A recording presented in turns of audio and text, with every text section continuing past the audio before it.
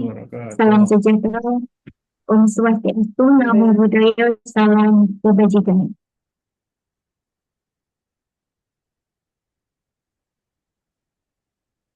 Yang terhormat Kepala Pusat Pelatihan Sumber Daya Manusia Pengadaan Barang dan Jasa, Ibu Tia Ambarawati. Yang kami hormati Ketua Tim SDM Ekosistem Teknis Tematik dan KPK Bapak Wildan Masani. Yang kami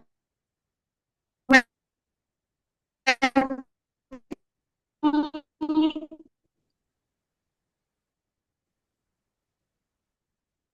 Bapak dari Sutasari selaku pembawa acara dalam kegiatan pagi ini. Berikut kami sampaikan susunan acara pembukaan pelatihan pada hari ini, Kamis 22 Mei 2025. Yang pertama, menyanyikan lagu kebangsaan Indonesia Raya. Yang kedua, pembacaan doa. Yang ketiga, laporan pelatihan. Yang keempat, sambutan dan arahan serta pembukaan pelatihan. Yang terakhir, penutup serta foto bersama. Memasuki acara yang pertama, mendengarkan lagu kebangsaan Indonesia Raya. Hadirin memohon untuk duduk siap.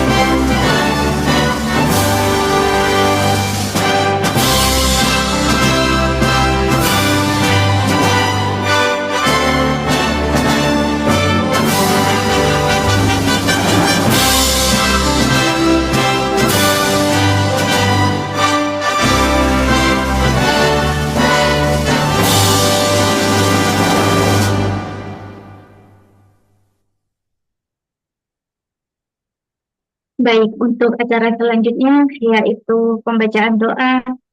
Mari kita berdoa sesuai dengan agama dan kepercayaan kita masing-masing. Berdoa kami persilahkan.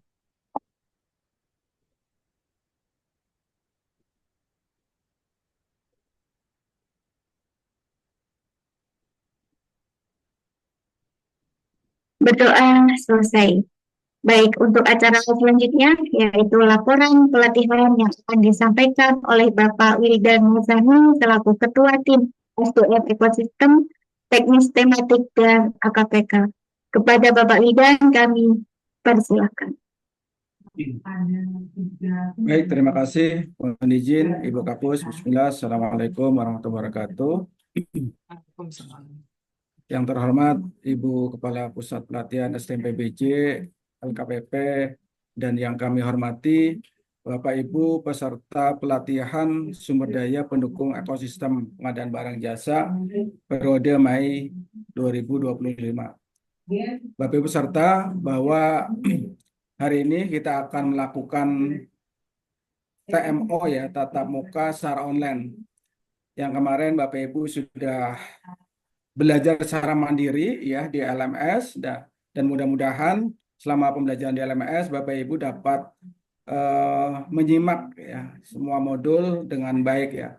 Memang Bapak Ibu modul ini sangat sederhana begitu ya, tapi ini kami berharap ini adalah sebagai pengantar begitu ya untuk pelatihan yang lebih lanjut gitu. Sebagaimana kita ketahui di situ hanya ada beberapa bab gitu ya, tetapi dengan bab-bab tersebut mudah-mudahan menjadi landasan untuk pelatihan berikutnya. Dan Bapak Ibu sekalian, perlu kami informasikan bahwa leveling ya, kalau leveling kemampuan ya kompetensinya memang di pelatihan ini masih di tahap memahami begitu ya. Meskipun di sana ada contoh-contoh kasus ya. Dan mudah-mudahan nanti ya ke depan bisa kami kembangkan ya untuk pelatihan misalkan lebih spesialis lagi apakah ke mediator atau ke PKA dan seterusnya ya. Dan Bapak Ibu sekalian, hari ini nanti akan TMO ya, tatap muka online hari ini dan besok gitu.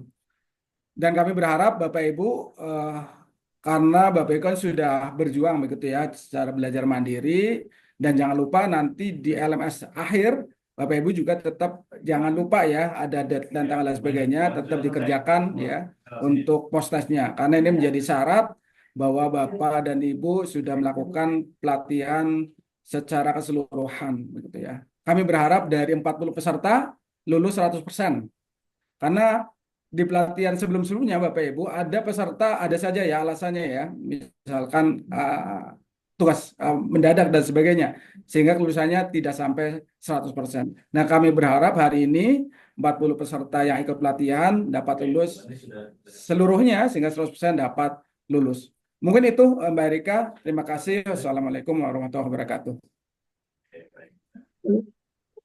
Baik, terima kasih kepada Bapak Wildan untuk acara selanjutnya yaitu pembukaan dan arahan serta arahan yang disampaikan oleh Ibu Dia Ambarawati selaku Kepala Pusat Pelatihan SDM PBJ. Kepada Ibu Dia kami persilakan.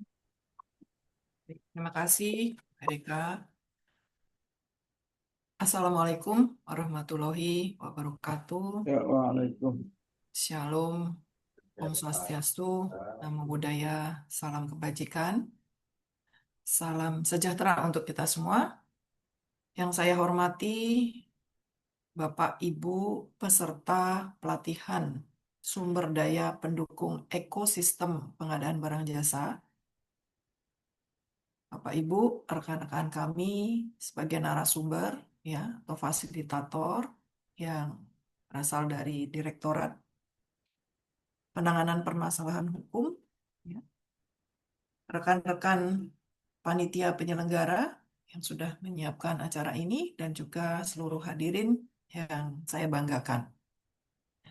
Puji dan syukur kita panjatkan pada Tuhan Yang Maha Kuasa bahwa atas segala rahmat dan karunia-Nya ya pada pagi ini kita semua bisa hadir untuk mengikuti acara pembukaan pelatihan sumber daya pendukung ekosistem pengadaan barang jasa yang pelaksanaan pembelajaran secara mandiri sudah dilakukan dan hari ini kita masuk kepada pembelajaran tatap muka online selama 2 hari ya, hari ini dan besok. Model pembelajaran sendiri ini adalah blended learning, Bapak dan Ibu. Bapak dan Ibu mengerjakan tugas-tugas secara mandiri dan pada sesi tatap muka ini ada materi-materi yang akan disampaikan oleh fasilitator atau narasumber. Bapak Ibu juga bisa berdiskusi nanti bersama para narasumber. Bapak Ibu, adapun pelatihan ini ya memiliki dasar hukum bahwa peraturan dari Lembaga nomor 7 ya tentang SDM PBJ. Jadi sebetulnya ini Perlem 7 ini belum cabut ya meskipun Perpres terbarunya sudah terbit. Saat ini masih transisi ya. Tapi tidak khusus untuk SDM ya pada bagian SDM pendukung ekosistem ini tidak mengalami perubahan ya. Jadi mengapa kami menyediakan program pelatihan sumber daya pendukung ekosistem PBJ karena di dalam Perpres maupun peraturan lembaga ini termasuk dalam sumber daya manusia PBJ.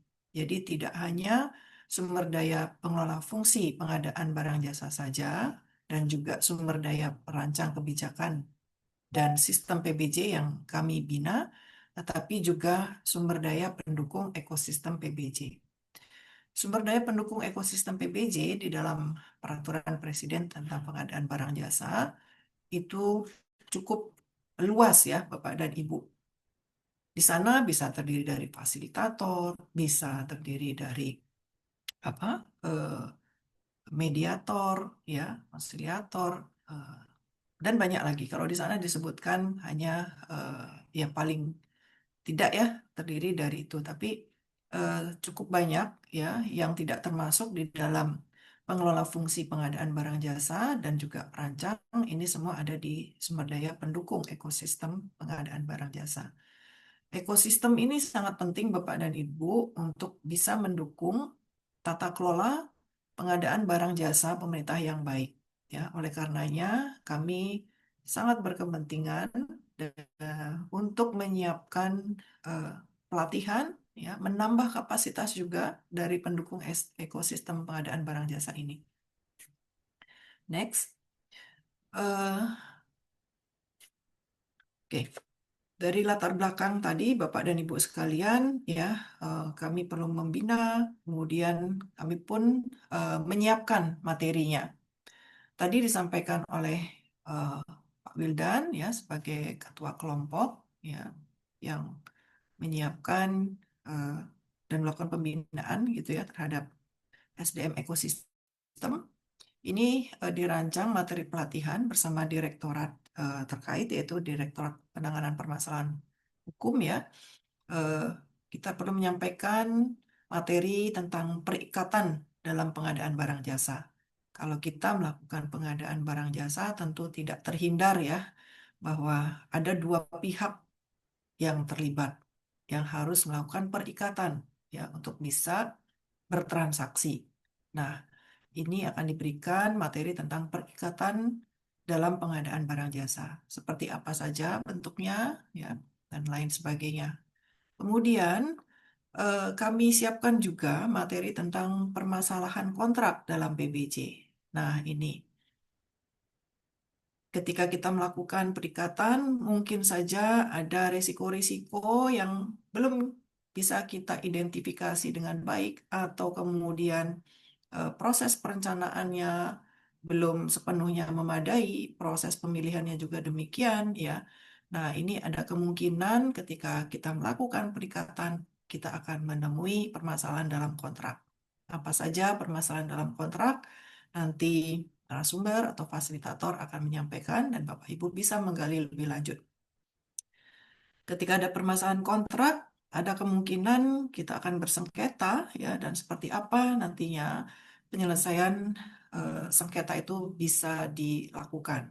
Nah, ini penting juga Bapak Ibu untuk menyampaikan bagaimana penyelesaian sengketa yang terbaik oleh para pihak ya. Tentu saja diharapkan sengketa yang terkait dengan permasalahan kontrak ini bisa terselesaikan dengan baik, ada win-win solution, ya tentu diproses mulai dari ya cara yang paling mudah, paling murah ya sampai kemudian ke pengadilan seperti itu ya.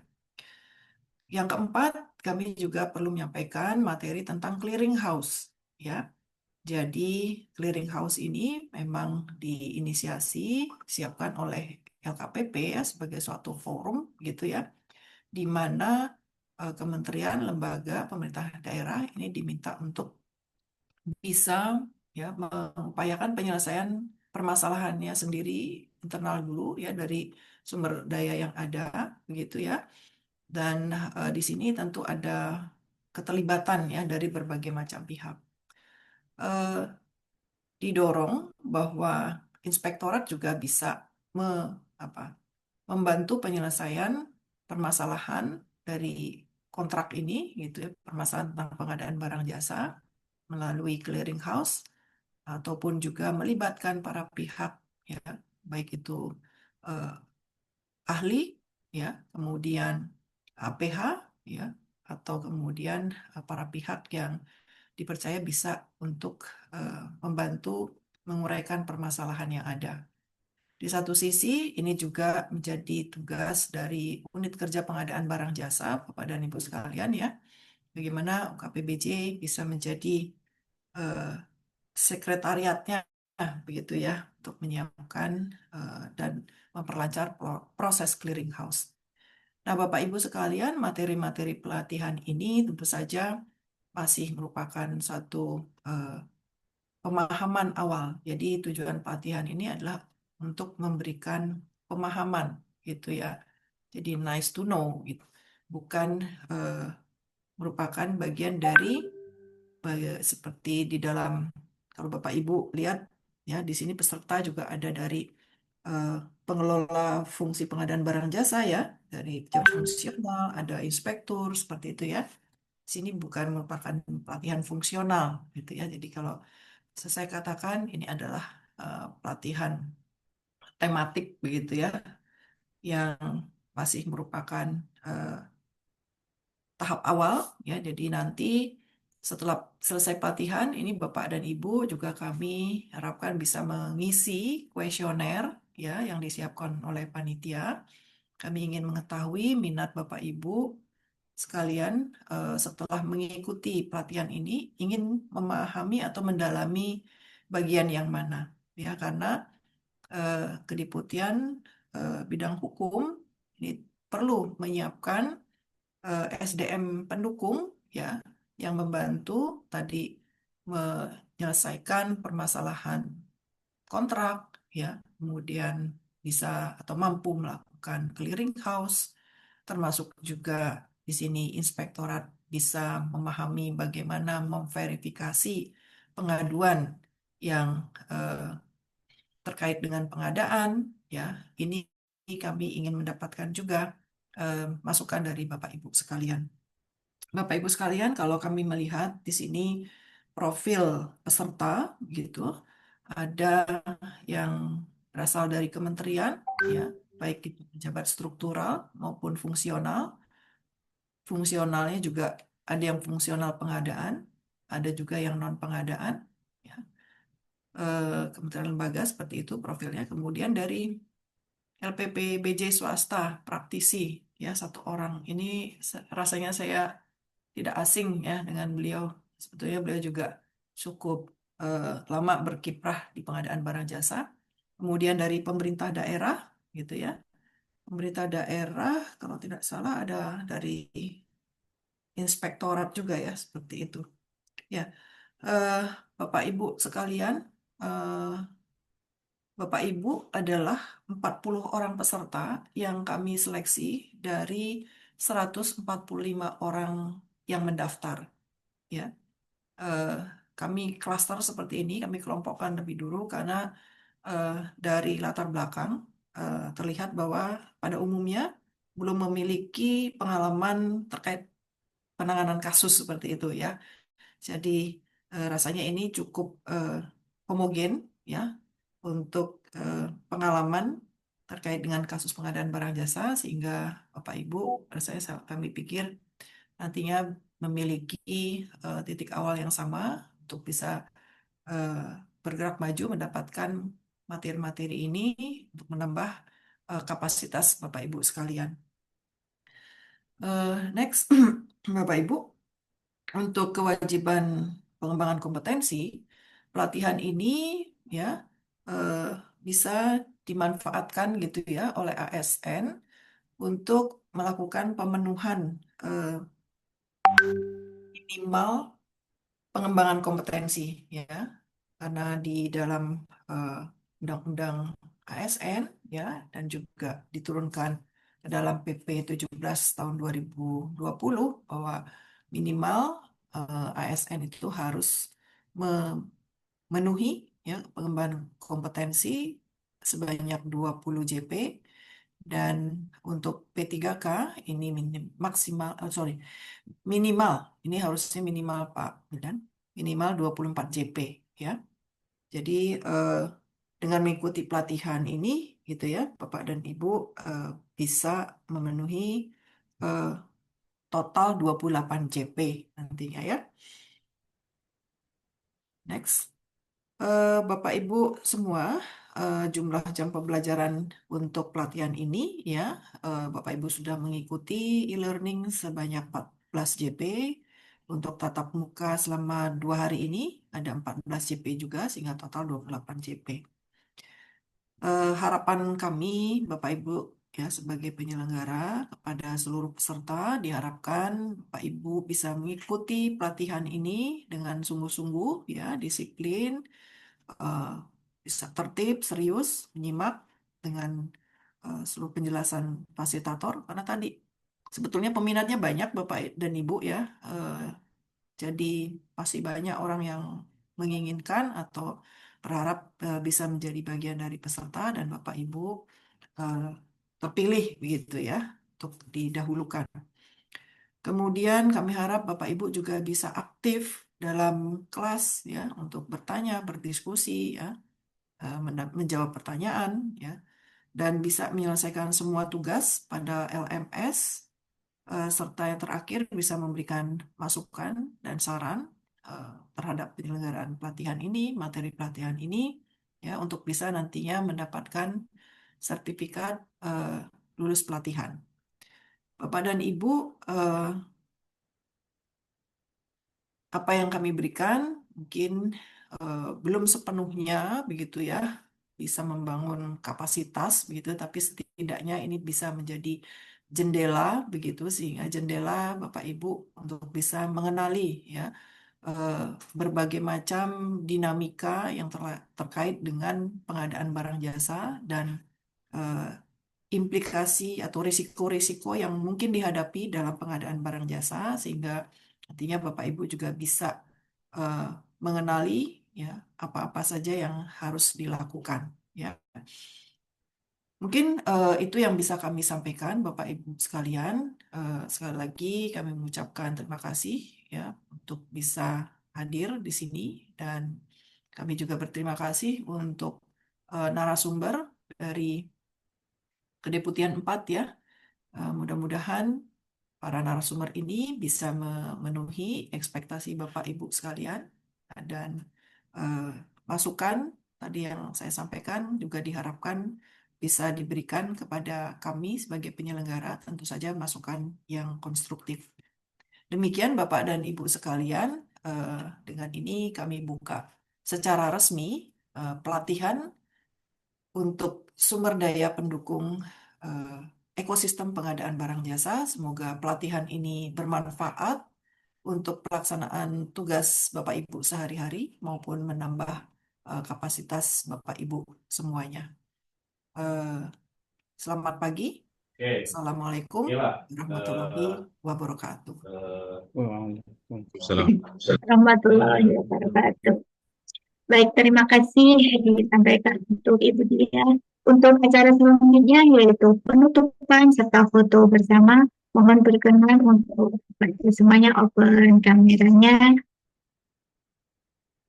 Kita mulai dari slide yang pertama. Izin Bapak Ibu. 1, 2, 3.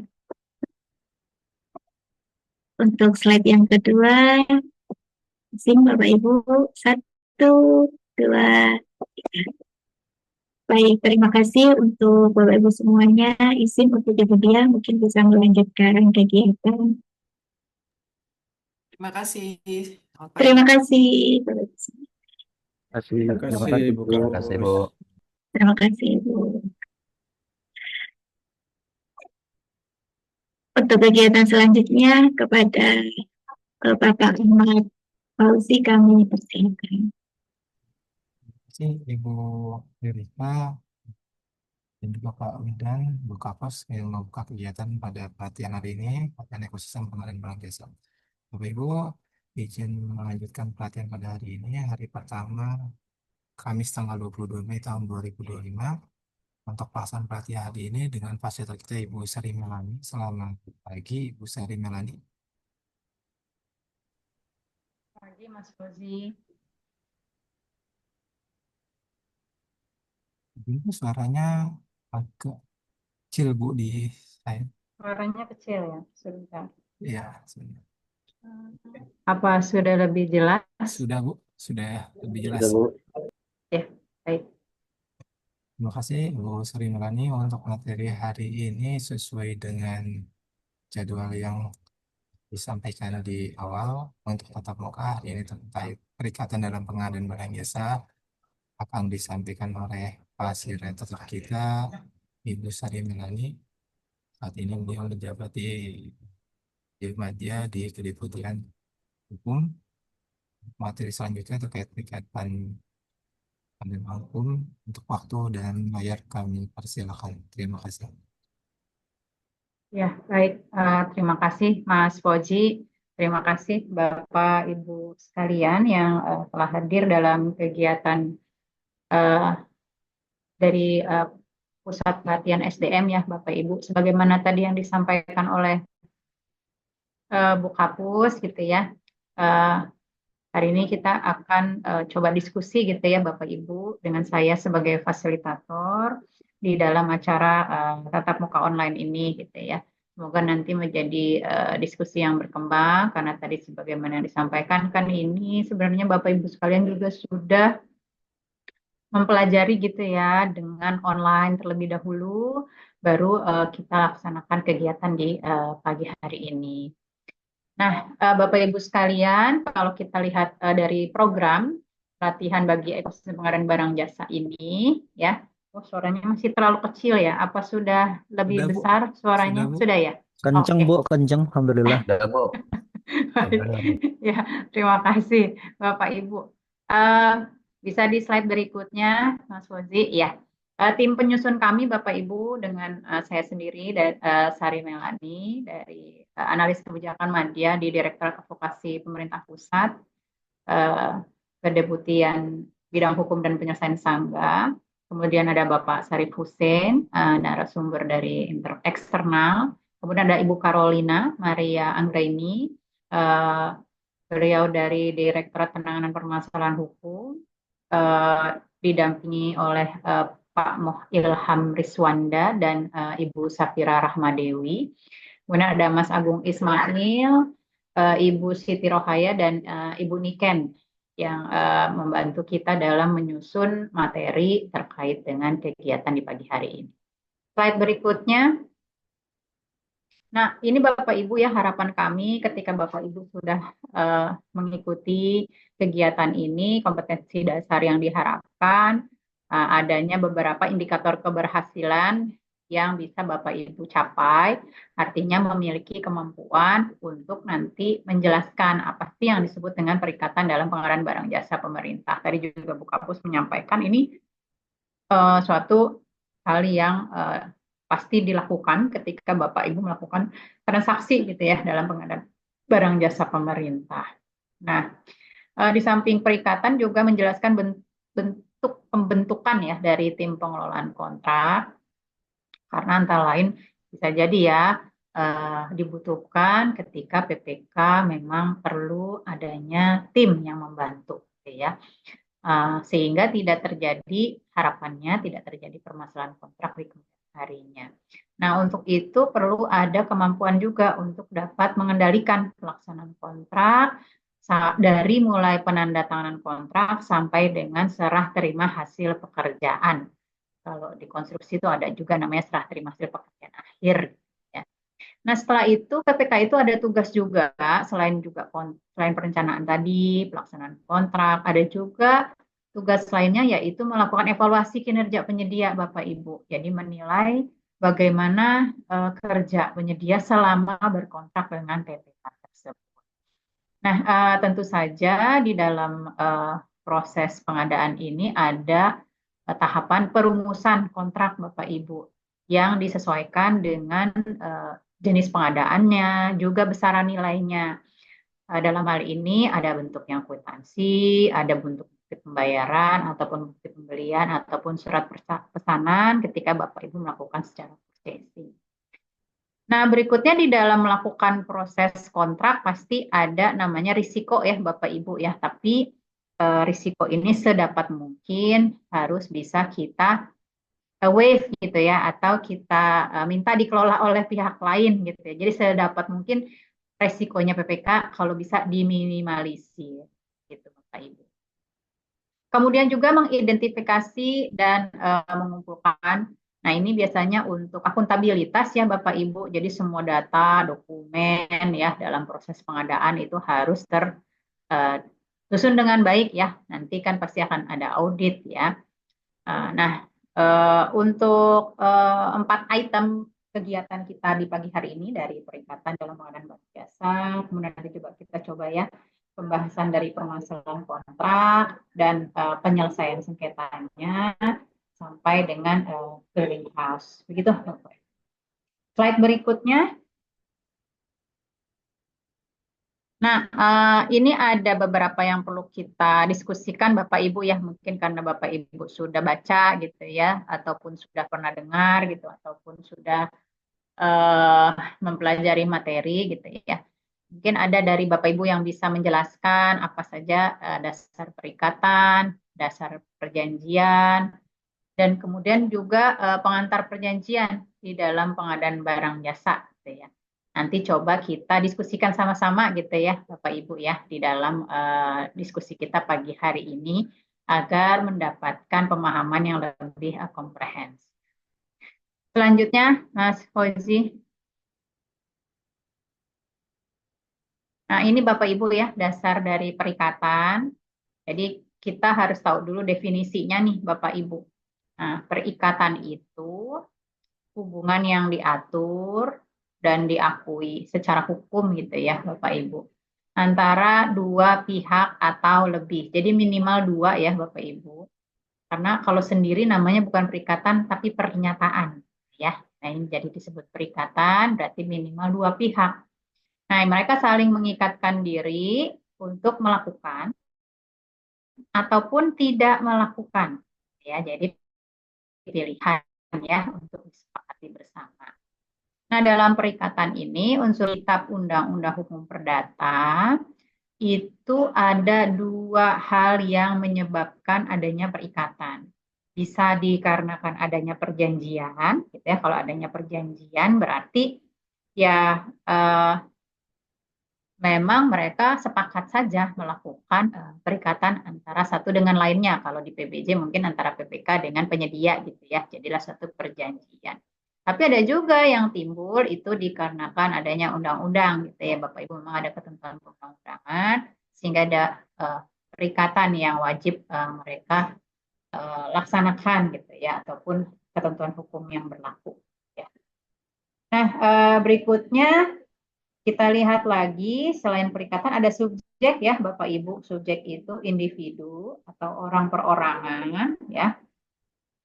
Yang memang kalau kita bilang apa ya, subjek hukum sejati gitu ya. Jadi orang yang sudah lahir dan kita menjadi subjek hukum.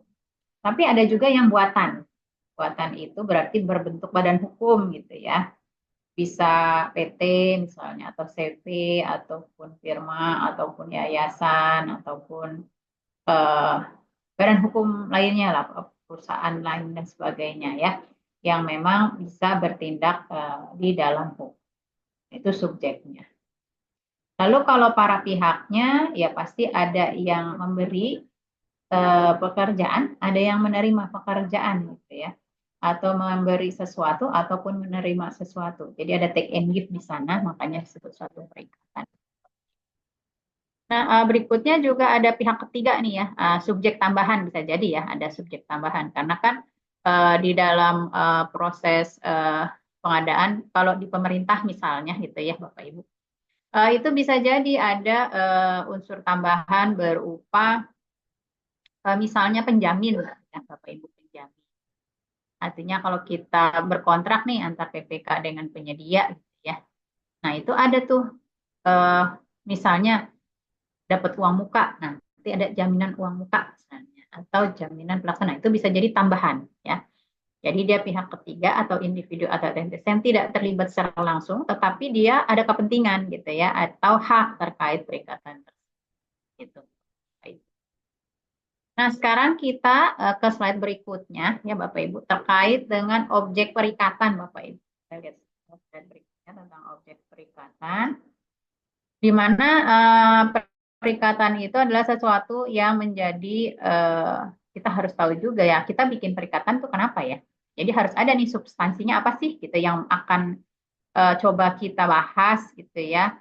Jadi harus kita tuangkan tuh tujuan kita membuat perikatan, isinya apa sih ataupun materinya apa gitu ya. Bebas Bapak Ibu bisa berupa barang, jasa gitu ya, uang, hak atau kewajiban atau tindakan tertentu yang memang dijanjikan gitu ya ataupun diminta di dalam perikatan. Nah, kalau secara rinci gitu ya, nanti akan ada di slide-slide berikutnya karena nanti ada di dalam penjelasan terkait dengan perjanjian yang dibuat antara pihak-pihak yang terlibat. Di dalamnya nanti juga akan ada informasi terkait baik spesifikasi, baik kualitas dan kuantitas, detail harga dan lain-lain yang memang relevan gitu Bapak Ibu mengatur hak dan kewajiban dari para pihak. Nah, berikutnya Bapak Ibu, di slide berikutnya kita lihat terkait dengan perjanjian, Bapak Ibu, di mana perjanjian itu perbuatan ya Bapak Ibu, ada orang gitu ya, yang memang mengikatkan diri gitu ya, bisa dia satu gitu ya, bisa banyak gitu ya, terhadap satu orang atau banyak gitu ya, di mana ciri utamanya gitu ya, ciri utamanya adalah dia adanya kesesuaian kehendak gitu ya. Jadi tidak bisa dipaksa ya Bapak Ibu ya, tidak bisa dipaksa ya. Membuat perjanjian itu tidak bisa dipaksa Bapak Ibu. Harus atas kerelaan ya, kerelaan yang membuat perjanjian gitu Bapak Ibu. Ya, kehendak, kesesuaian kehendak untuk mengikatkan diri dalam perjanjian. Nah, umumnya bentuk dan format perjanjian itu harus sesuai dengan kebutuhan para pihak ya Bapak Ibu ya, di mana ya tentu saja tidak boleh ya bertentangan dengan ketentuan perundang-undangan yang berlaku. Nah, perjanjian itu dibuat setidaknya oleh dua pihak ya Bapak Ibu, dari awal tadi disampaikan harus minimal dua, tapi tidak menutup kemungkinan kalau mau lebih dari dua pun silakan. Itu ya Bapak Ibu sekalian. Nah, ini terkait dengan perjanjian. Nah, berikutnya kita lihat di slide berikutnya adalah syarat sah perjanjian ya Bapak Ibu. Kita lihat di berikutnya. Tadi sudah kita sepakati ya terkait dengan syarat subjektif gitu ya. Harus ada kata sepakat. Jadi kalau misalnya Bapak Ibu tanda tangan tapi ditembak gitu ya. Kalau nggak tanda tangan itu berarti bukan sepakat ya, itu berarti adalah ada unsur paksaan ya. Kemudian juga cakap melakukan perbuatan hukum, bukan berarti cantik atau ganteng ya Bapak Ibu, ini cakap bukan cakep gitu. Jadi cakap itu berarti memang kalau di kriteria peraturan dia cukup umur gitu ya. Sudah bisa mengikatkan diri. Nah, kriteria cukup umur, kemudian juga memang dia adalah orang yang berhak gitu ya, orang yang berhak melakukan pelaksanaan kegiatan tersebut. Nah, perjanjian ini bisa saja dibatalkan gitu ya, apabila syarat subjektifnya tidak terpenuhi. Misalnya membuat perjanjian dengan anak di bawah umur gitu ya, tanpa kesepakatan dari orang tuanya atau walinya, ya, maka itu bisa jadi batal. Siapa yang membatalkannya? Walinya yang minta dibatalin. Nah, saya bikin perjanjian saya nggak tahu misalnya, ya bisa minta dibatal. Nah, untuk syarat objektif ya Bapak Ibu, ada suatu hal yang diperjanjikan dan harus yang halal ya Bapak Ibu, artinya tidak melanggar hukum. Misalnya ada perjanjian gitu ya, ada perjanjian jual beli narkoba misalnya.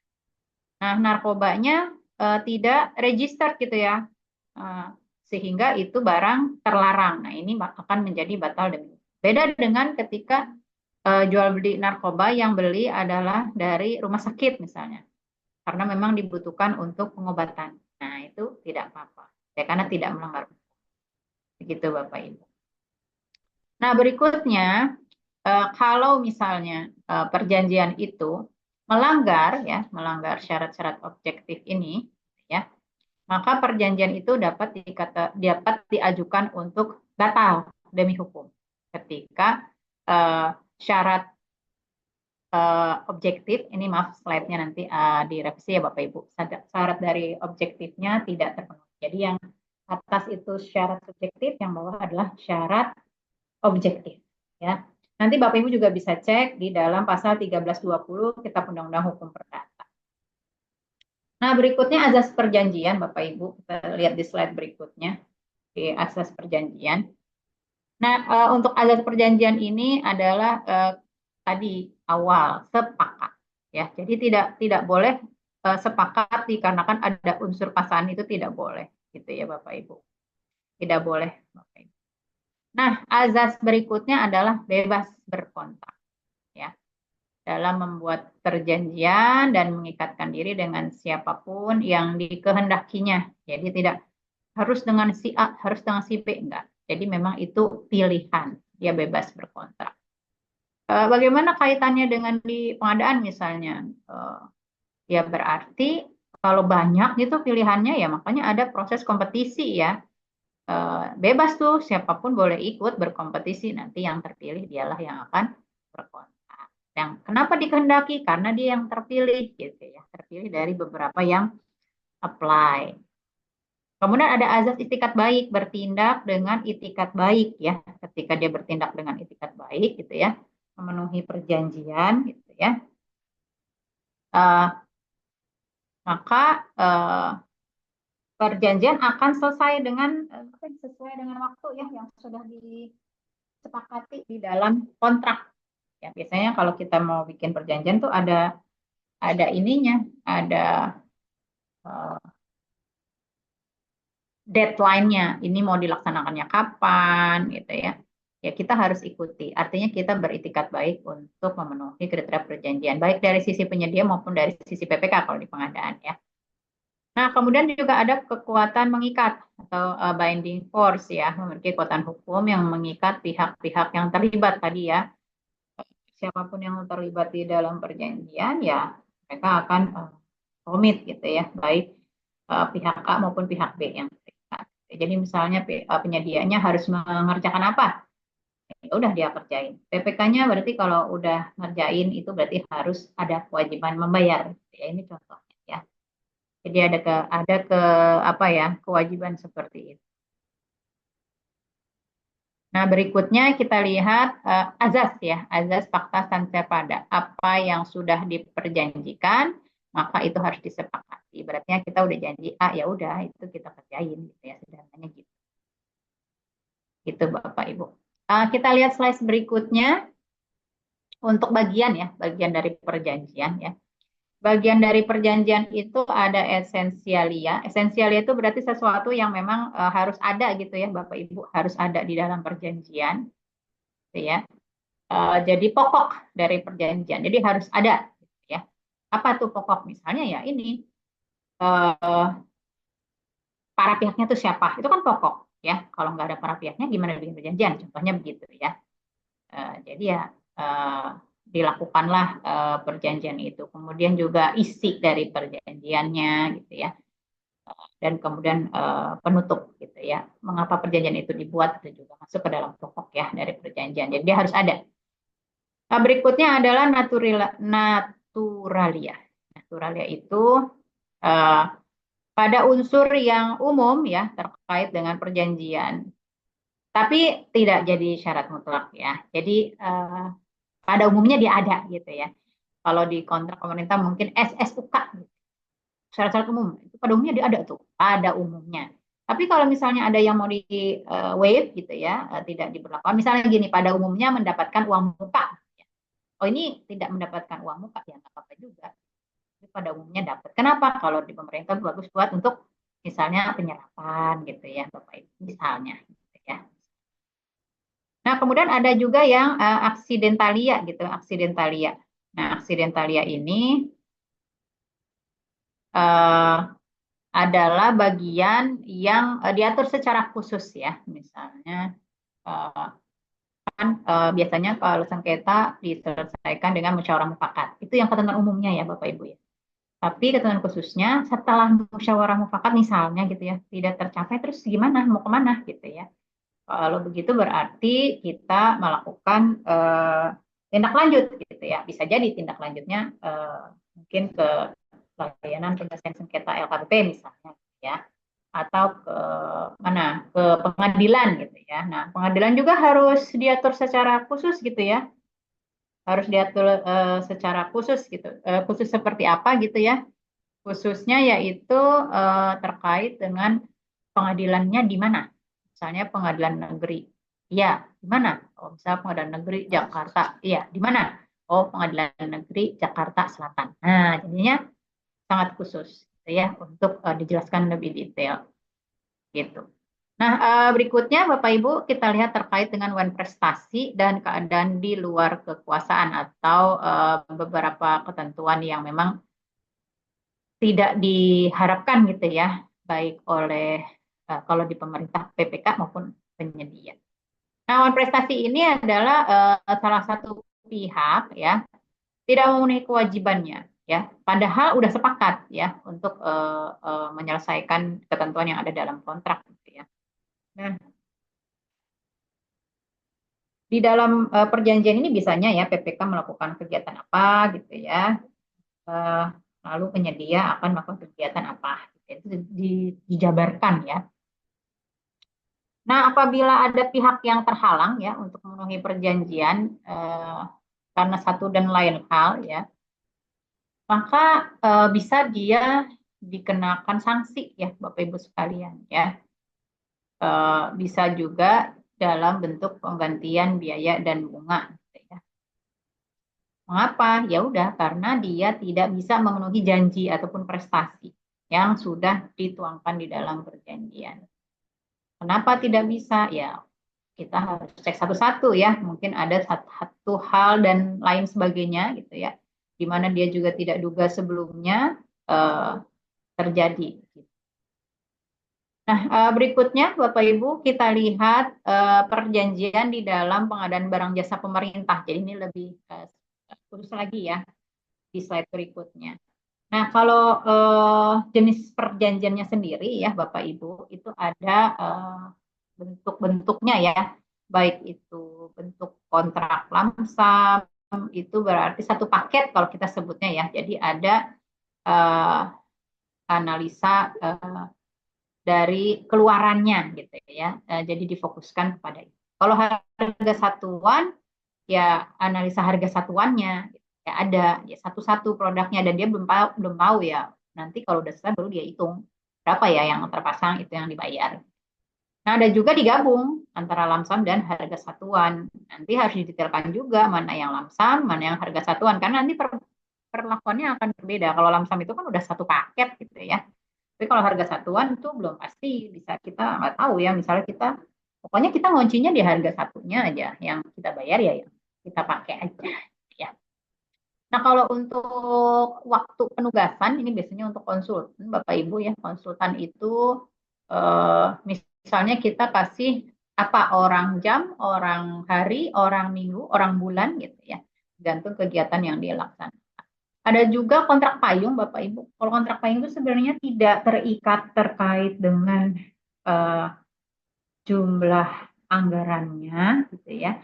Dia lebih kepada mengunci harga satuannya berapa dalam waktu tertentu. Jadi kita kunci harga satuan berapa dalam waktu tertentu sehingga berkontrak untuk pembelanjaan barang tersebut adalah di harga tersebut. Bisa kita kunci selama 1 tahun, 2 tahun, atau 3 tahun dengan kita lakukan review misalnya. Apakah per tahun, ataukah per 6 bulan untuk reviewnya. Nah ini biasanya di kontrak BUMN ya Bapak Ibu ya, kayak Pertamina ataupun PLN gitu ya. Kita bayar per barel misalnya minyak yang keluar, atau per kWh listrik yang keluar gitu ya. Ataupun lain-lain yang sifatnya memang lebih kepada seluruh kegiatan dari awal sampai akhir dilakukan, outcome-nya nanti dibayar. Ya, output outcome-nya nanti diganti. Ini agak besar nih untuk proyek-proyek besar biasanya. Misalnya yang build, operate, transfer, kayak gitu-gitu. Proyek-proyek besar. Nah, ada juga yang biaya plus imbalan. Jadi kalau biaya plus imbalan ini at cost, semua biaya diganti, nggak di potong sama sekali ya, tapi dia dapat manajemen fee-nya, ya misalnya building management gitu ya. Building management kan itu mengakomodir banyak orang, banyak kegiatan gitu ya. Perlu banyak peralatan juga, misalnya ada OB, ada CS, ada apa ya, security, mungkin ada macam-macam lah untuk mengelola gardener gitu, mechanical, electrical ya, untuk mengelola gedung gitu. Nah, itu semua misalnya ditulis tuh gajinya sekian, beli seragam, beli alat kebersihan dan sebagainya. Tapi nanti di akhir dikasih biaya imbalannya berapa. Ini juga ada juga di kontrak-kontrak seperti IO ya, Bapak Ibu, IO event yang misalnya mendatangkan orang atau mendatangkan apa, itu dibayar tuh, tiketnya berapa, hotelnya berapa, uang hariannya berapa, dibayarkan guys standar SPM gitu ya. Nah, kemudian nanti dia dapat namanya manajemen fee-nya ya, dari kegiatan semua yang dilaksanakan. Dan ini pilihan ya Bapak Ibu, nanti tinggal disesuaikan saja pemilihan jenis ini dengan kontrak yang akan Bapak Ibu laksanakan. Nah, kalau dilihat tahun anggarannya ya bisa juga tunggal, berarti pada umumnya tunggal ya Bapak Ibu, tapi ada juga yang tahun jamak ya. Kalau tahun jamak berarti harus ada persetujuan dulu ya Bapak Ibu dari instansi terkait, mungkin kalau KAL dari Kemenkeu, kalau Pemda dari apa ya, Keuda ya, keuangan daerah gitu ya, dari DPRD-nya lah. Nah, bentuk perjanjian ini bisa juga nota atau bukti pembelian ataupun pembayaran dan kwitansi, gitu ya. Bisa juga SPK ataupun surat perjanjian ataupun surat pesanan, ya. Nah, bisa juga dengan bentuk lainnya, ya. Kalau memang ada, yaitu seperti e-kontrak ataupun kontrak sepak lola. Penggunaan bentuk perjanjian ini pun tergantung mau pengadaan apa, ya, dan berapa jumlahnya. Jadi ini sudah diatur gitu ya. Nah, itu tadi yang perikatan karena undang-undang tadi ya, itu kan ada ya. Jadi ini sudah diatur. Misalnya peraturan LKPP nomor berapa gitu ya, 12 tahun 2021 kan mengatur ya, atau di Perpresnya juga udah ada tuh.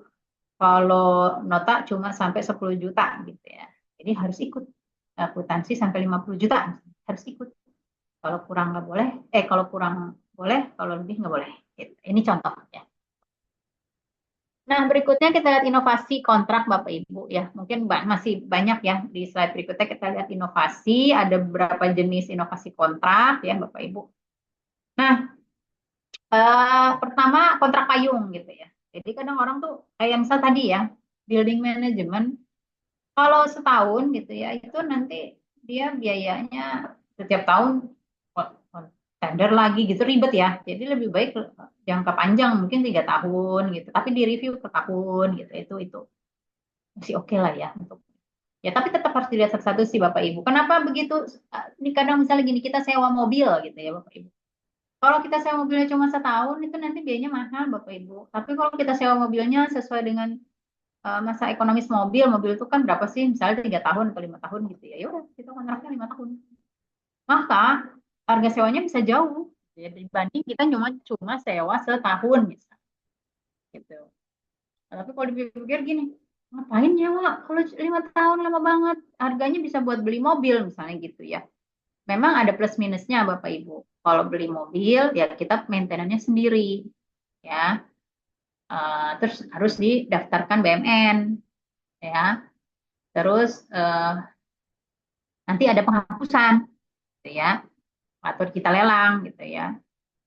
Nah, pada umumnya ketika milik sendiri itu maintenance-nya kurang baik Bapak Ibu. Dan kalau rusak gitu ya, padahal kita mau pakai nih, sekarang rusak nih, gimana nih? Nggak ada. Harus itu dibetulin. Nah, itu agak-agak beberapa kelemahan. Tapi kalau kita sewa, rusak kita tinggal nelfon digantiin baru, hari itu datang yang baru. Gitu, sederhananya ya. Terus ya kalau misalnya kita maintenance kita nggak ngurusin, ya udah pokoknya kita terima beres gitu. Bahkan drivernya juga bisa disediain. Kita tidak ngurus SDM-nya juga. Kita nggak suka sama drivernya, kita bisa minta ganti. Kita nggak suka sama mobilnya, kita bisa minta ganti. Gitu. Dan kita nggak repot ngurusin BMN-nya, nggak repot nanti harus penghapusan aset dan sebagainya. Tapi kalau sewanya sebentar, itu harganya mahal. Makanya dibuatlah kontrak payung untuk sewa jangka panjang, misalnya 3 tahun, 5 tahun gitu ya. Sehingga harganya bisa lebih efektif, efisien dibandingkan kita kontrak dengan waktu yang lebih pendek. Ya. Nah, berikutnya kontrak bersyarat, Bapak Ibu. Jadi kontrak bersyarat ini, jadi dia digantungkan dengan syarat tertentu, Bapak Ibu. Nanti baru dia itu berlaku ketika syaratnya terpenuhi. Nah, ini biasanya, ini Bapak Ibu banyak di kontrak-kontrak Pradipa ya, Bapak Ibu. Pradipa baru efektif berlaku pada saat anggaran tersedia misalnya ya kita buat syarat. Nah, di dalam kontrak payung pun gitu ya, kontrak lanjutannya itu merupakan bentuk kontrak bersyarat Bapak Ibu. Ya, terutama untuk mulai berlakunya. Karena kalau kontrak payung itu biasanya harganya, bentar Bapak Ibu, di sini ada pembaca Indonesia Raya sebentar.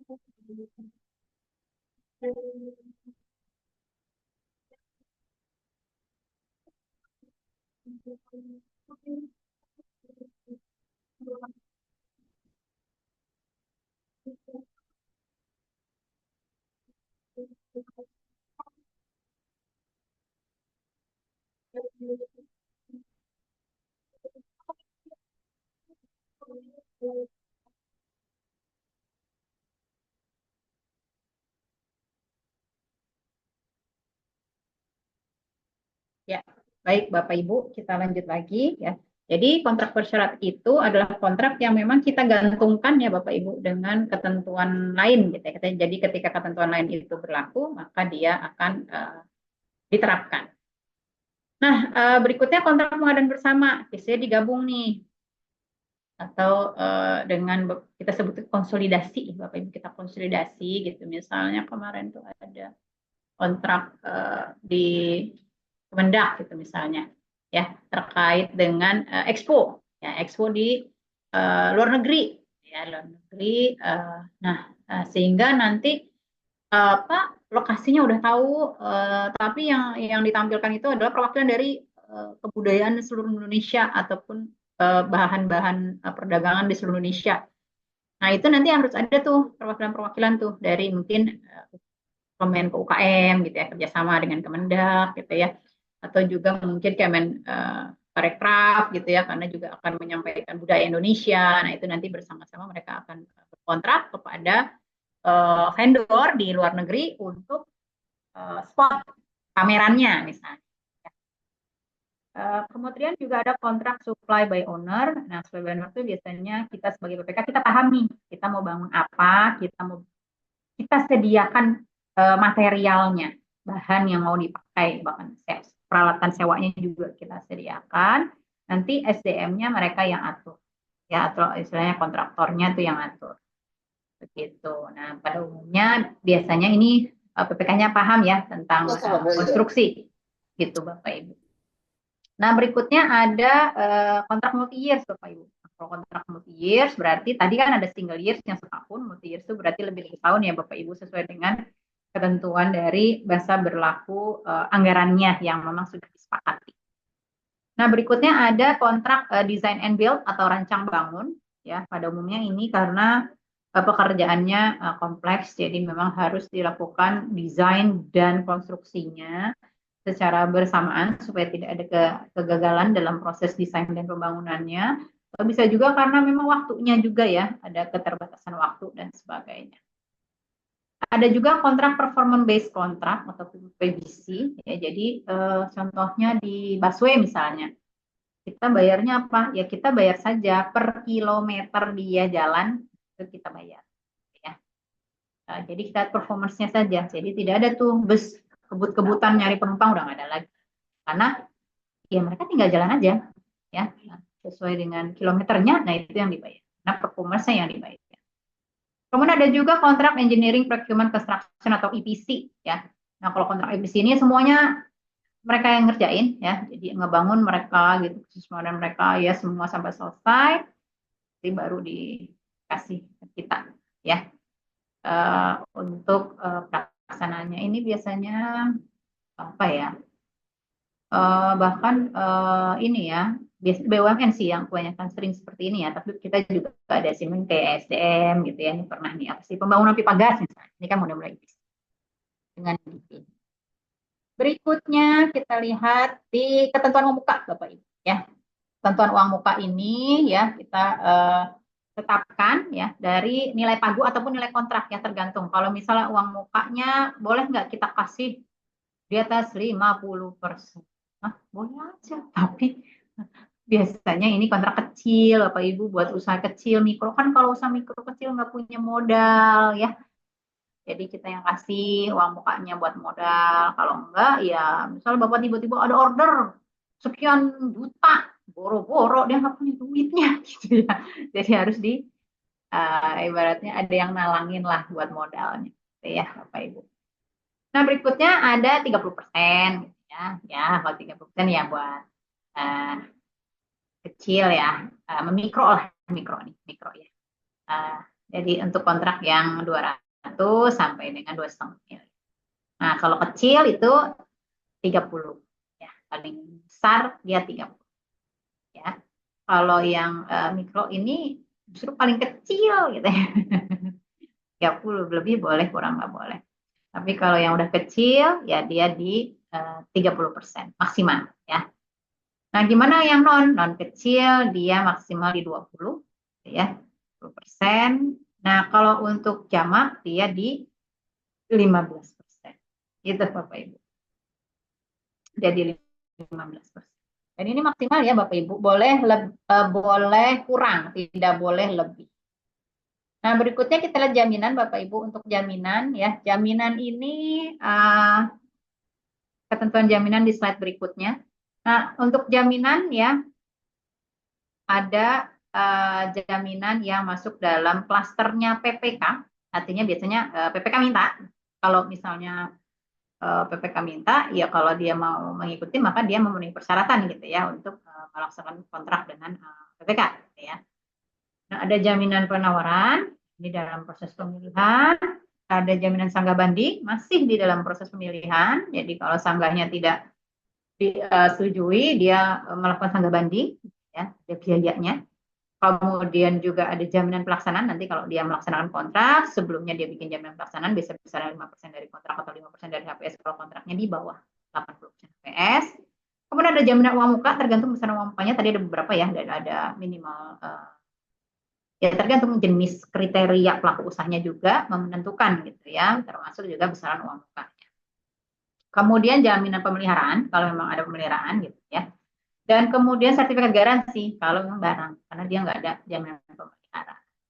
Nah, kalau di dalam klaster penyedia gitu ya, ini ada jaminan pembayaran ya dan atau rekening penampungan akhir tahun anggaran atau RPATA. Ini biasanya terjadi di akhir tahun Bapak Ibu yang kontraknya tahun tunggal.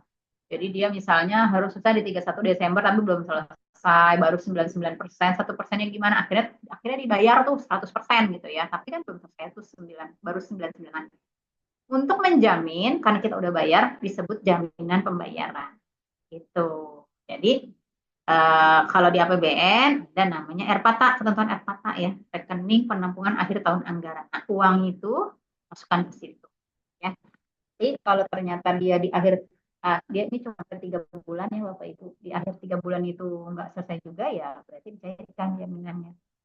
Tapi kalau selesai enggak, ya ini hanya di APBN. Tapi kalau APBD ya masing-masing buat aturan sendiri. Nah, slide berikutnya Bapak Ibu kita lihat pelaksanaan atau perjanjian kontrak ya, di mana di sini kita laksanakan setelah adanya penetapan SPPMBJ Bapak Ibu ya, kan udah dipilih ya sama Pokja gitu ya, ataupun PP gitu ya, dibuatlah SPPBJ oleh PPK ya, ketika memang akan dilakukan kontrak ya. Nah, nanti dilakukan negosiasi kontraknya gitu ya. Kita pakai kontraknya itu biasanya adalah dari draft kontrak yang sudah kita sampaikan ya, di awal proses pemilihan ya Bapak Ibu. Nah, kemudian mungkin negosiasi kontraknya misalnya gini, misalnya uang muka gitu ya, diberikan uang muka maksimal 20% misalnya di dalam draftnya seperti itu. Nah, nanti bisa dinegosiasi, Pak boleh nggak saya dapatnya 20%, artinya saya dapat maksimal, boleh nggak, misalnya penyedia begitu ya. Tapi PPK-nya bisa juga, jangan segitu deh Pak, saya kasih 15% aja misalnya. Ini ada negosiasi kalau memang di draft kontraknya tidak terstate angka fix gitu ya, jadi tidak terstate angka fixnya. Ya. Nah, inilah yang kita finalisasi di dalam sebelum penandatanganan kontrak. Jadi sesudah SPBJ, sebelum kontrak kita lakukan finalisasi kontrak. Ya, untuk dalam hal itu ada persiapan rancangan kontrak, ya, lalu kita meninjau kontraknya, sama-sama mempelajari baik PPK maupun penyedia, dan kita finalisasi sebelum kita lakukan penandatanganan kontrak. Nanti kalau sudah oke semuanya, udah lengkap semuanya, baru kita lakukan penandatanganan kontrak, dan kontrak sudah mulai berjalan di dalam implementasi. Nah, dari itu kita lihat slide berikutnya ya Bapak Ibu, terkait dengan pelaksanaan kontrak nih Bapak Ibu. Ya, pelaksanaan kontrak ini tadi ya, awalnya ada negosiasi gitu ya, mungkin beberapa ketentuan yang sifatnya masih bisa dinegosiasikan dalam kontrak itu harus difinalkan. Nanti harus disiapkan rancangan kontraknya dan direview kembali agar difinalkan, ditandatangani sampai dengan dilakukan implementasi. Berikutnya kita lihat penjelasan lebih lanjut Bapak Ibu masing-masing dari negosiasi kontrak ya.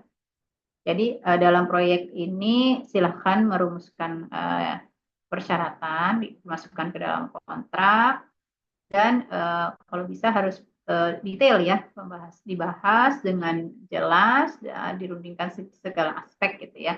Misalnya jadwal pelaksanaannya, lingkup pekerjaannya, kewajiban ketentuan lainnya. Nah, ini memang ada klausul yang melarang ya, tidak kontrak bagi PPK kalau anggarannya tidak cukup atau nggak ada. Kenapa? Karena takutnya nanti kita nggak bisa bayar, negara nggak bisa bayar karena nggak ada uangnya. Gitu ya. Jadi tidak boleh ngutang kecuali darurat ya, kecuali darurat. Itu yang terkait dengan negosiasi. Berikutnya kita lihat tentang persiapan perancangan kontrak Bapak Ibu ya, di mana di sini kita harus menuangkan identitas para pihak ya, PPK dengan penyedianya serta dasarnya mereka ditunjuk dan bertindak untuk atas nama siapa dan sebagainya. Deskripsi dari barang jasa yang akan dilaksanakan, harga dan pembayaran harus didetailkan, kesepakatan kontraknya gimana, kriteria penilaiannya seperti apa, bagaimana periode pembayarannya, berapa jumlah yang akan dibayar, itu semua harus didetailkan dengan huruf dan angka, manfaat yang akan dicapai ketika kontrak ini sudah selesai, berarti dari output ya beserta outcome-nya diinformasikan, pengawasan dan evaluasinya seperti apa, berkala misalnya atau bagaimana, dan waktu dan jadwal penyerahannya kapan terakhir supaya nanti nggak kelewatan gitu ya jadwalnya, serta hak dan kewajiban dari para pihak, syarat-syarat penyelesaian sengketa, dan pemutusan kontrak kalau misalnya ada term and condition yang terjadi sehingga mengakibatkan pemutusan kontrak, sama kepatuhan ya. Ini yang memang dibahas satu-satu ketika persiapan rancangan. Berikutnya kita lihat peninjauan kontrak Bapak Ibu, pihak-pihak yang terlibat ya, bisa juga didampingi oleh kuasa hukum masing-masing. Silakan meninjau gitu ya, memastikan bahwa persyaratan dan ketentuan yang diusulkan atau yang ditetapkan di dalam kontrak itu sudah sesuai dengan kebutuhan masing-masing pihak dan juga harus sesuai dengan ketentuan hukum yang berlaku. Ya, jadi saling mengingatkan gitu ya Bapak Ibu ya terkait dengan ya. Nah, untuk persiapan dan finalisasi, Bapak Ibu di slide berikutnya kita lihat persetujuan terakhir ya, dari pihak-pihak yang terlibat untuk dilakukan pembahasan atau pembaruan, misalnya identitas dan kedudukan para pihak dalam berkontrak. Bisa jadi ada pergantian direktur, ada pergantian PPK gitu ya, sehingga ada akte yang terbaru dan sebagainya. Wakil sah ya, para pihak tercantumkan jumlah waktu pelaksanaan kontrak, nilainya, persiapan finalisasi kontrak.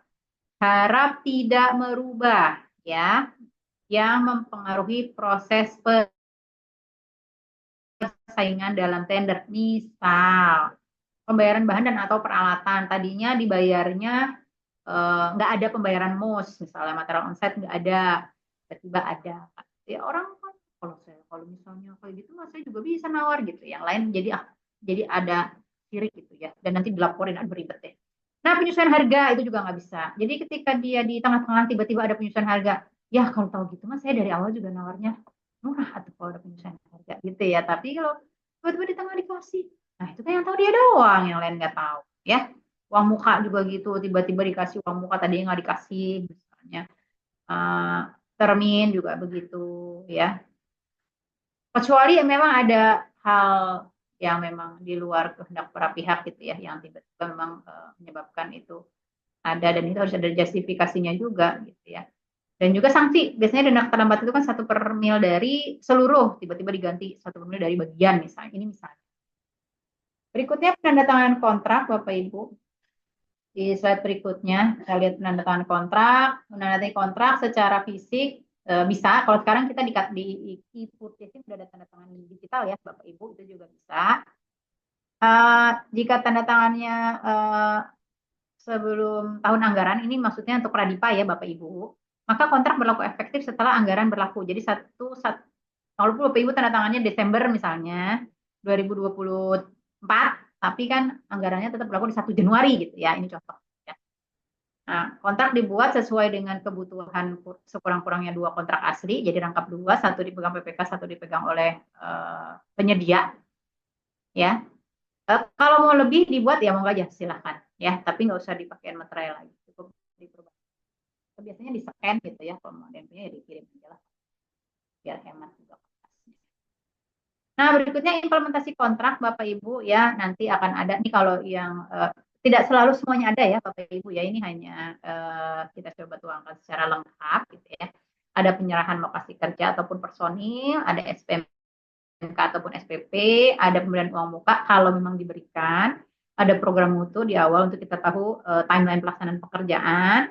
Nah, ini juga ada rapat persiapan pelaksanaan kontraknya sehingga nanti disepakati kapan pelaksanaan dan detail-detailnya, misalnya monek dan sebagainya. Kemudian ada mobilisasi dan demobilisasi baik personil maupun alat, dan bisa jadi ada pemeriksaan bersama ya antara PPK dengan penyedia. Nah, berikutnya nanti PPK wajib melakukan pengandalan kontrak berdasarkan program mutu yang sudah disepakati. Nah, bisa jadi juga apabila diperlukan ada inspeksi pabrikan untuk memastikan adanya pasokan yang real. Kemudian juga ketika progres pekerjaan sudah sesuai dengan ketentuan yang ada dalam kontrak, maka ada pembayaran prestasi pekerjaan sesuai dengan kesepakatan pembayaran, misalnya dengan termin atau sebagainya. Nah, bisa jadi di dalam perjalanan ada perubahan, Bapak Ibu, ya, kebutuhan perubahan kontrak atau disebut CCO, kontrak change order, ya, itu silakan. Penyesuaian harga pun bisa dilakukan dalam hal kontrak berlaku lebih dari 18 bulan, dihitungnya di bulan ke-13. Jadi ini hanya untuk kontrak tahun jamak, dan dari awal juga sudah harus di-state bahwa mendapatkan penyesuaian harga dengan rumusan yang sudah ditetapkan. Kalau nggak ada, berarti kalau rumusan yang nggak ada, ya berarti pakai koefisien yang paling rendah. Berikutnya ada keadaan kahar, Bapak Ibu. Kahar tidak ada yang ingin kahar begitu, karena ini keadaan di luar kehendak para pihak ya, yang menyebabkan kontrak mengalami kendala dalam penyelesaian. Bisa jadi kontrak itu dihentikan ya, ataupun bisa jadi kontrak itu dilakukan pengakhiran ya, ataupun berakhir kontraknya dikarenakan memang sudah habis tentunya ya. Nah, bisa juga karena satu dan lain pihak ada melalui kesalahan gitu atau prestasi, kontrak itu diputus, nanti akan ada sanksi dan denda dan sebagainya gitu ya, misal pun ada. Nah, kemudian ada leftover atau barang-barang sisa gitu ya, peninggalan ketika kontrak sudah selesai juga harus dibersihkan.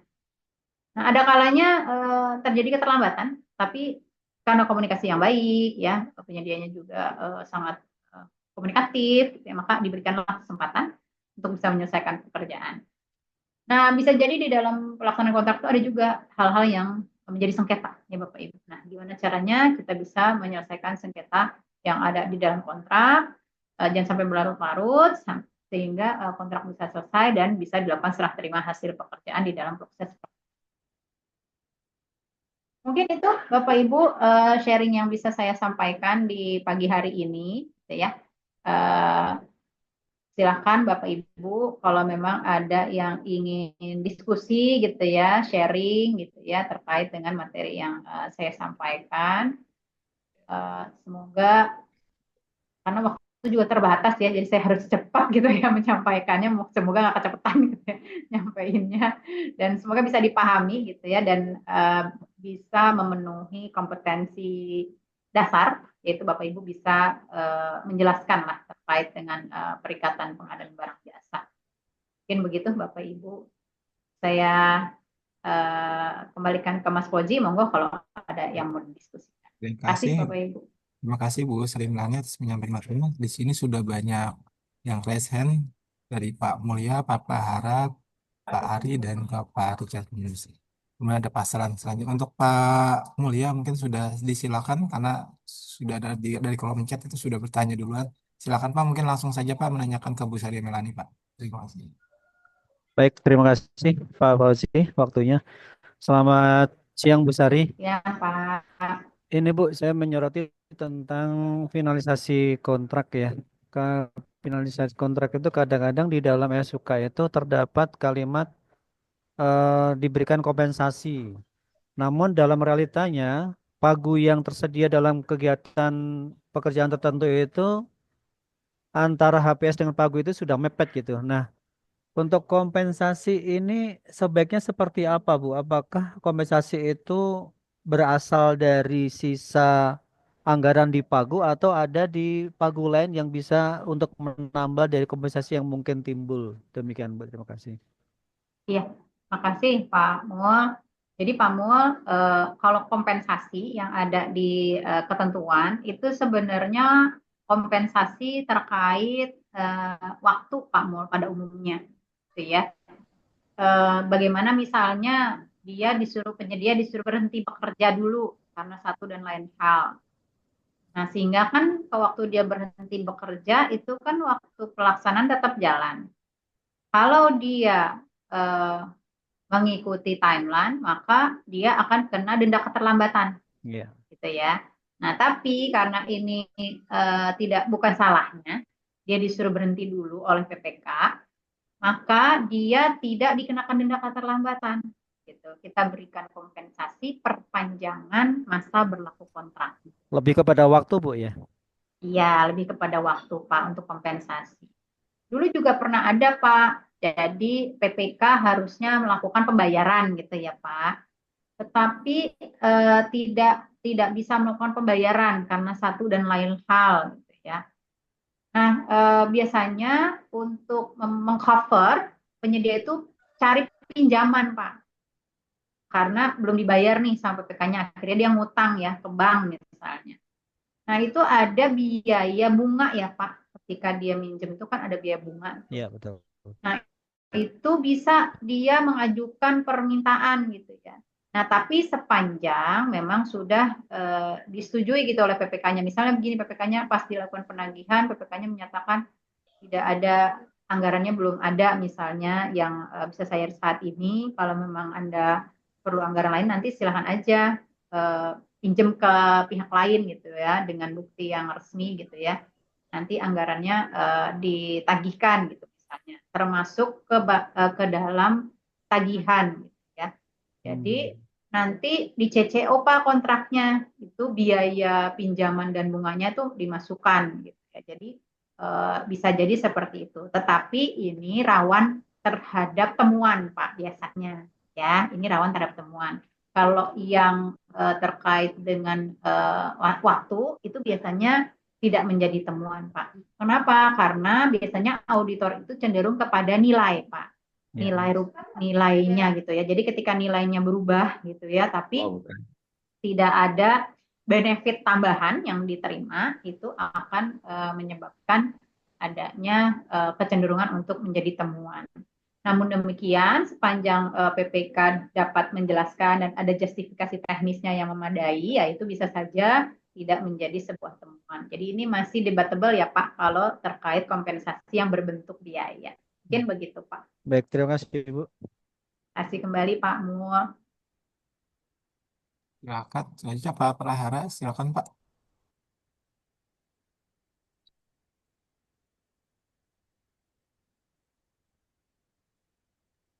Baik, terima kasih. Mohon izin karena kondisi jaringan, jadi saya pakai dua akun. Izin bertanya, Ibu Sari, ini mungkin pernah terjadi ya di daerah kami.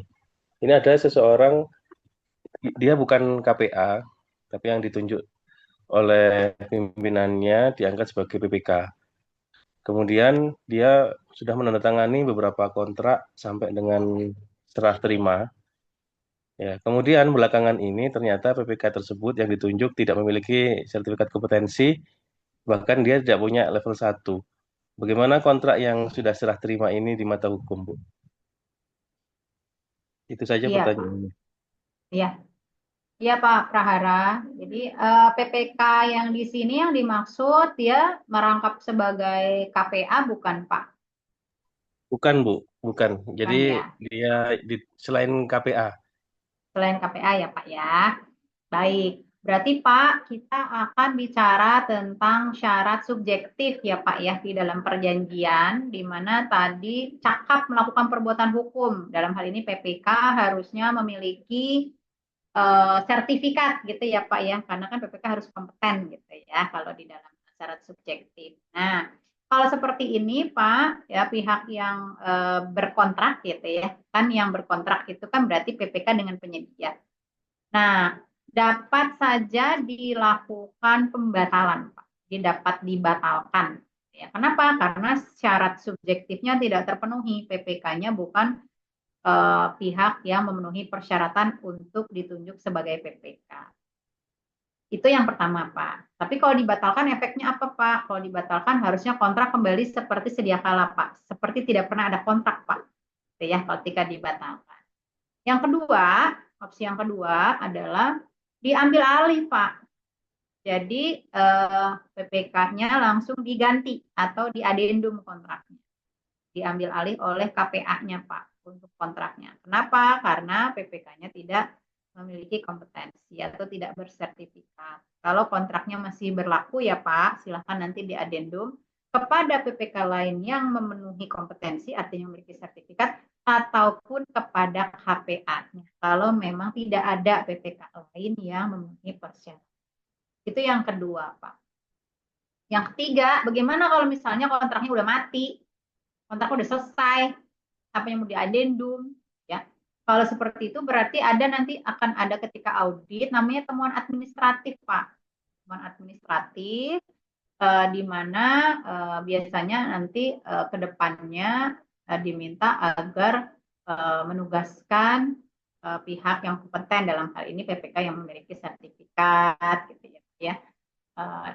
Sepanjang tidak ada kesalahan ya Pak ya di dalam proses kontraknya. Artinya kontraknya real, perhitungannya sudah tidak ada kelebihan bayar dan sebagainya, biasanya nanti akan ada sanksi administratif yang akan diterapkan kepada PPK yang bersangkutan. Begitu Pak Prahara.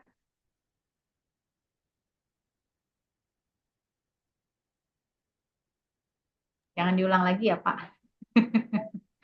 Selanjutnya dari Pak Arimurti, silakan Pak.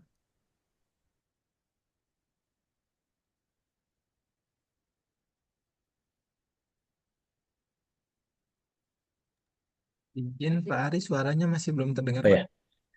Ya. Baik, selamat siang. Terima kasih kesempatan kepada saya untuk bertanya.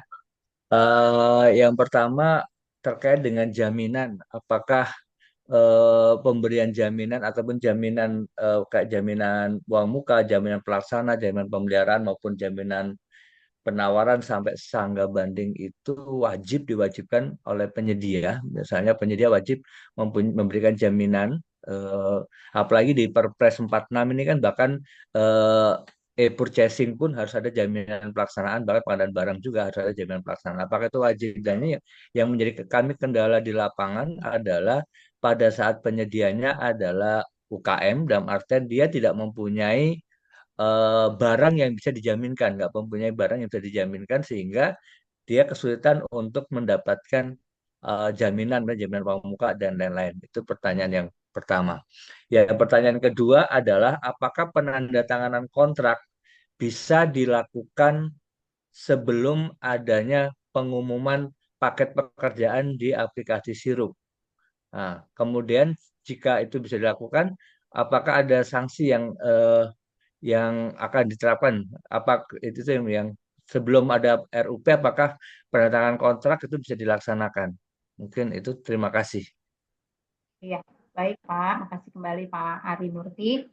Jadi Pak, jaminan itu kan kalau kita lihat di dalam materi tadi ya Pak ya, itu sifatnya tambahan ya Pak, ataupun aksesoris Pak gitu ya. Jadi pihak lain yang terlibat lah ibaratnya begitu ya, ataupun subjek tambahan gitu Pak. Dia akan ada kalau memang dibutuhkan. Contoh, tadi Pak Arika menyontohkannya uang muka. Gimana nih Bu?